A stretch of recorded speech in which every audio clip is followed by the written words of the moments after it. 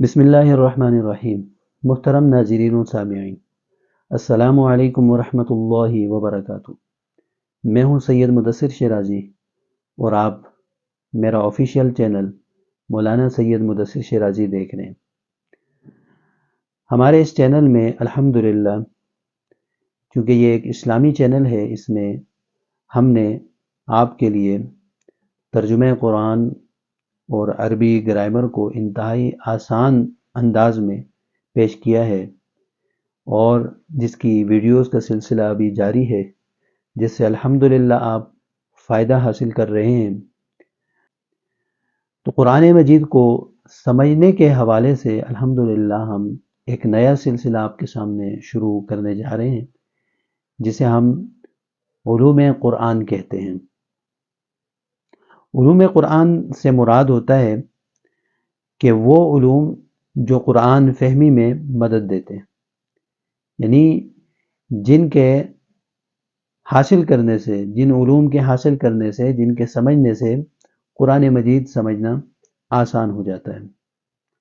علوم قرآن کے اس سلسلے میں ہم چند اہم چیزوں کو سمجھنے کی کوشش کریں گے۔ ان چیزوں کو اگر ہم سمجھیں گے تو قرآن مجید کا سمجھنا بھی ہمارے لیے آسان ہو جائے گا۔ ان میں سے چند چیزیں یہ ہیں: نمبر 1 وحی کی کیفیت، نمبر 2 نزول قرآن کی ابتدا، اسی طرح قرآن مجید کی تکمیل، جمع قرآن یعنی قرآن مجید کو کس طرح جمع کیا گیا، کیونکہ نبی پاک صلی اللہ علیہ وسلم پر قرآن مجید جو نازل ہوا 23 سال کے عرصے میں، وہ مختلف مواقع، مختلف حالات کے اعتبار سے نازل ہوا، اور اس کو کس طرح ترتیب دیا گیا، کس طرح اس کو جمع کیا گیا۔ اسی طرح تاریخ تدوین قرآن، قرآن مجید کو جو مدون کیا گیا ہے اس کی تاریخ کیا ہے۔ اسی طرح شان نزول کسے کہتے ہیں، کہ کون سی آیت کس موقع پہ نازل ہوئی ہے، اسے شان نزول کہا جاتا ہے، اس کو سمجھیں گے۔ اسی طرح مکی اور مدنی صورتیں، مکی صورتیں کون سی ہوتی ہیں، مدنی صورتیں کون سی ہوتی ہیں، اس کو ہم سمجھیں گے، اس کی پہچان ہمیں حاصل ہوگی۔ اسی طرح ناسخ و منسوخ، وہ آیات جو ناسخ ہیں یا وہ آیات جو منسوخ ہیں، اس کا علم ہمیں حاصل ہوگا۔ اسی طرح علم قرات، اسی طرح محکم اور متشابہ آیات، اسی طرح اعجاز القرآن، اسی طرح علم التفسیر، اسی طرح علم اصول تفسیر۔ تو یہ سارے کے سارے قرآنی علوم ہیں۔ انشاءاللہ ان پر ہم ابتدائی درجہ میں ہم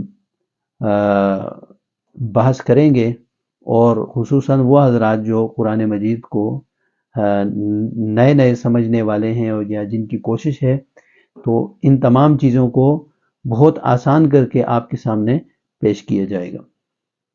تو محترم بھائیو دوستو، آج اس سلسلے کا ہمارا پہلا لیکچر ہے۔ آج کے لیکچر میں ہم چند چیزیں سمجھیں گے، ان میں سے نمبر 1 قرآن مجید کے معنی، نمبر 2 قرآن مجید کی اصطلاحی تعریف، نمبر 3 قرآن مجید کے مختلف نام، اور نمبر 4 قرآن مجید کے اندر کے مضامین کیا ہیں۔ تو ان چیزوں کو ہم جو ہے الحمدللہ آج کے لیکچر میں ہم سمجھیں گے۔ تو آئیے ہم سب سے پہلے قرآن کے معنی کو سمجھتے ہیں۔ لفظ قرآن کے بارے میں کئی اقوال ہیں کہ اس کا کیا معنی ہے۔ سب سے زیادہ جو قول ہے اور سب سے زیادہ مشہور قول ہے وہ یہ ہے کہ لفظ قرآن یہ قراء کا مصدر ہے۔ لفظ قرآن قراء کا مصدر ہے، یعنی لفظ قراء یہ لفظ قرآن سے نکلا ہے۔ اس کے معنی پڑھنے کے ہیں، جیسے کہ اللہ تبارک و تعالیٰ کا قول ہے لا تحرک به لسانک لتعجل به۔ اے نبی صلی اللہ علیہ وسلم، آپ اپنی زبان کو جلدی سے حرکت مت دیجیے۔ ان علینا جمعہ وقرآن، بے شک ہم اس قرآن کو جمع کرنے والے ہیں۔ ان علینا جمعہ وقرآن، بے شک اس قرآن کا جمع کرنا ہماری ذمہ داری ہے، وقرآن، اور اس کا پڑھوانا بھی ہماری ذمہ داری ہے۔ اس کا پڑھانا بھی ہماری ذمہ داری ہے۔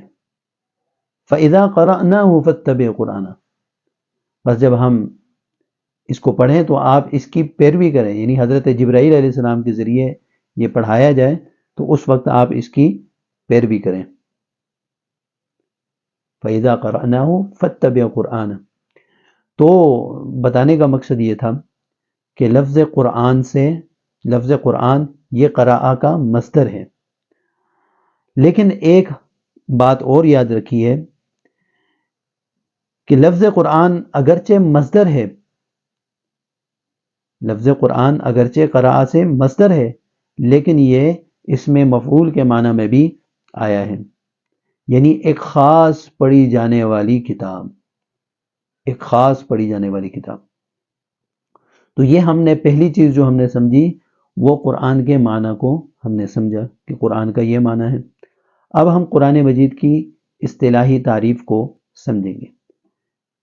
قرآن مجید کسی تعریف کا محتاج نہیں ہے، لیکن علماء نے اس کی جو تعریف لکھی ہے وہ ہمیں معلوم ہونی چاہیے۔ قرآن کی تعریف علماء نے لکھی ہے، القرآن ہوا کلام اللہ، قرآن وہ کلام اللہ ہے، المعجز معجزہ ہے، المنزل علی سیدنا محمد صلی اللہ علیہ وسلم، ایسا معجزہ ہے جو کہ نازل کیا گیا ہے محمد صلی اللہ علیہ وسلم پر بواسطہ جبرائیل، حضرت جبرائیل علیہ السلام کے وسیلے سے، ان کے واسطے سے، المکتوب فی المصاحف، جو کہ صحیفوں میں لکھا گیا ہے، المتعبد بتلاوتہ، اور یہ ایسا کلام ہے کہ جس کی تلاوت ثواب کا کام ہے، عبادت قرار دیا گیا۔ آگے فرمایا والمنقول بالتواتر، اور یہ ایسی کتاب ہے جو نقل کی گئی ہے تواتر کے ساتھ، یعنی قرآن مجید ہم تک تواتر کے ساتھ پہنچا ہے۔ تو آسان انداز میں اردو میں اس کی تعریف کو ایک بار دوبارہ آپ سمجھیں۔ قرآن اللہ کی وہ کتاب ہے جو کہ معجزہ ہے اور جو نازل کی گئی ہے محمد صلی اللہ علیہ وسلم پر حضرت جبرائیل علیہ السلام کے واسطے سے، جو کہ صحیفوں میں لکھی گئی ہے، جس کی تلاوت کرنا عبادت ہے اور جو تواتر کے ساتھ نقل کی گئی ہے، ہر زمانے میں اس کے پڑھنے والے، اس کو محفوظ کرنے والے، اس کی اشاعت کرنے والے اور اس کو اپنے سینوں میں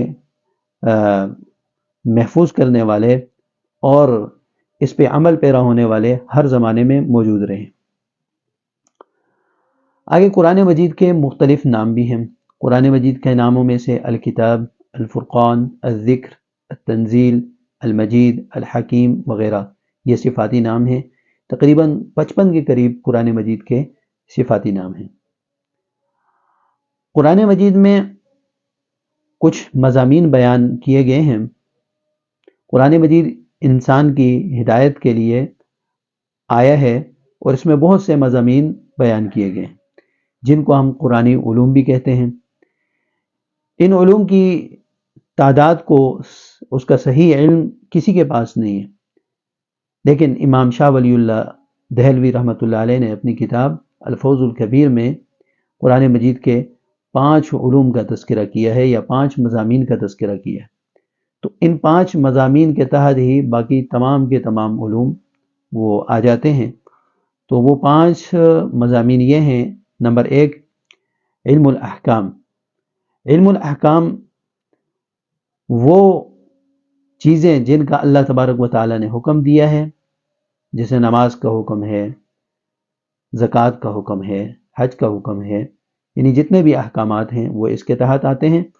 اور وہ چیزیں جن کا اللہ تبارک و تعالیٰ نے جن کے کرنے سے منع کیا ہے، وہ اعمال جن کے کرنے سے اللہ تبارک و تعالیٰ نے منع کیا ہے، یعنی اوامر و نواہی، یہ علم الاحکام کے تحت آتے ہیں۔ دوسرے نمبر پر جو مضمون قرآن مجید میں آیا ہے وہ ہے علم مخاصمات۔ اس میں 4 گمراہ مذاہب کے عقائد پر تنقید کی گئی ہے اور ان کے غلط نظریات اور ان کے اعمال کی اصلاح کی گئی ہے۔ وہ 4 مذاہب مشرکین منافقین، یہود اور نصارہ، اور اس سلسلے میں تورات اور انجیل بھی زیر بحث آئی ہیں۔ اسی طرح تیسرا جو مضمون ہے وہ علم تذکیر بآلاء اللہ، علم التذکیر بآلاء اللہ، اللہ کی نعمتوں کی یاد دہانی کا علم۔ یعنی اللہ تبارک و تعالیٰ نے قرآن مجید میں اپنی نعمتوں کا تذکرہ کیا ہے، اور اس تذکرہ کرنے کا مقصد یہ ہے کہ انسان اللہ کی نعمتوں کو استعمال کرتا ہے تو اسے چاہیے کہ جہاں وہ اللہ کی نعمتوں کا استعمال کرتا ہے وہاں اللہ تعالیٰ کی فرما برداری بھی کرے، اللہ کے احکامات کو مانے اور اللہ کے حکموں کے مطابق اپنی زندگی گزارے۔ تو اللہ تبارک و تعالیٰ نے اپنی نعمتوں کا بھی تذکرہ کیا ہے۔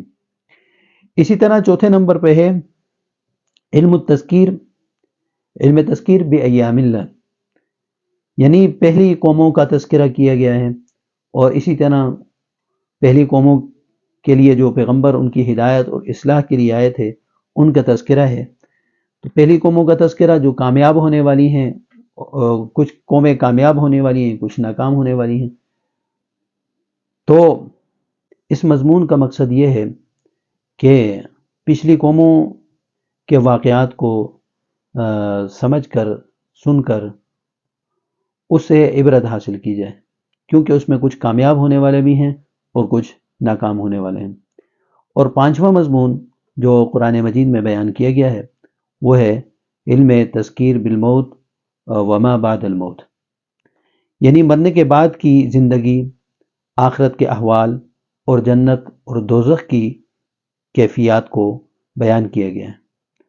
الغرض قرآن مجید میں بہت سارے امور کا تذکرہ فرمایا گیا ہے، اس میں ایمانیات، عبادات اور معاملات، تو یہ ساری چیزیں جو ہے قرآن مجید میں موجود ہیں، اور تقریباً ان تمام مضامین کے تحت ہی یہ چیزیں آتی ہیں۔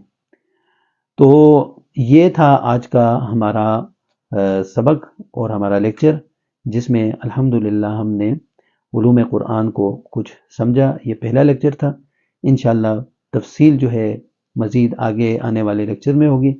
تو ہمارا یہ لیکچر اگر آپ کو پسند آیا ہے تو لائک کریں اور ہماری ویڈیوز کو زیادہ سے زیادہ شیئر کریں، ہمارے چینل کو سبسکرائب کریں۔ فی امان اللہ، السلام علیکم ورحمۃ اللہ وبرکاتہ۔